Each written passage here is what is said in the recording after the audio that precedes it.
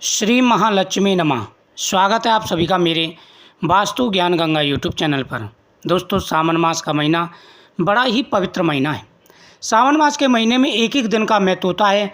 फिर लास्ट के दिन आता है सावन पूर्णमासी का दिन।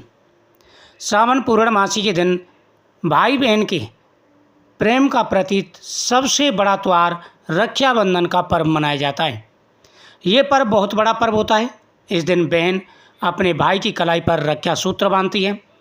उसकी लंबी उम्र के लिए, उसकी तरक्की के लिए, जीवन में हर प्रकार की खुशियाँ भाई को प्राप्त हों, इसके लिए बहन दुआ करती है। और साथ ही भाई भी बहन की रक्षा का वचन देते हैं। तो ये जो त्यौहार है ये बड़ा ही पवित्र है। स्वयं माता लक्ष्मी ने ये त्यौहार मनाया था। इस त्यौहार के दिन कुछ बातों का विशेष रूप से ध्यान रखा जाता है। बहनों को विशेष रूप से ध्यान रखना है कि भाई की लंबी उम्र के लिए जब ये त्यौहार मनाएं तो सबसे पहले भगवान गणेश, माता पार्वती और भगवान शिव की पूजा जरूर करें। और जो रक्षा सूत्र आप भाई को बांधने जा रही हैं, इसका बड़ा महत्व होता है। इस पर भगवान गणेश जी की चढ़ी हुई जो कुमकुम होती है वह आपको ज़रूर लगानी चाहिए।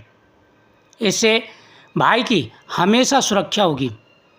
लेकिन एक चीज़ का आपको ध्यान रखना है, जब आप रक्षाबंधन का पर्व मनाएं, जब आप रक्षाबंधन का त्यौहार मनाएं, भाई के राखी बांधें, तो उस समय शुभ मुहूर्त का विशेष रूप से ध्यान रखना है।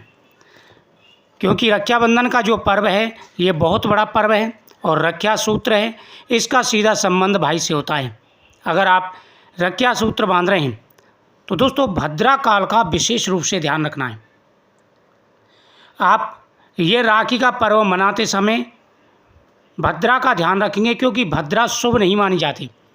और अगर भद्रा काल में रक्षाबंधन का पर्व मनाते हैं तो भाई के ऊपर संकट आ सकता है।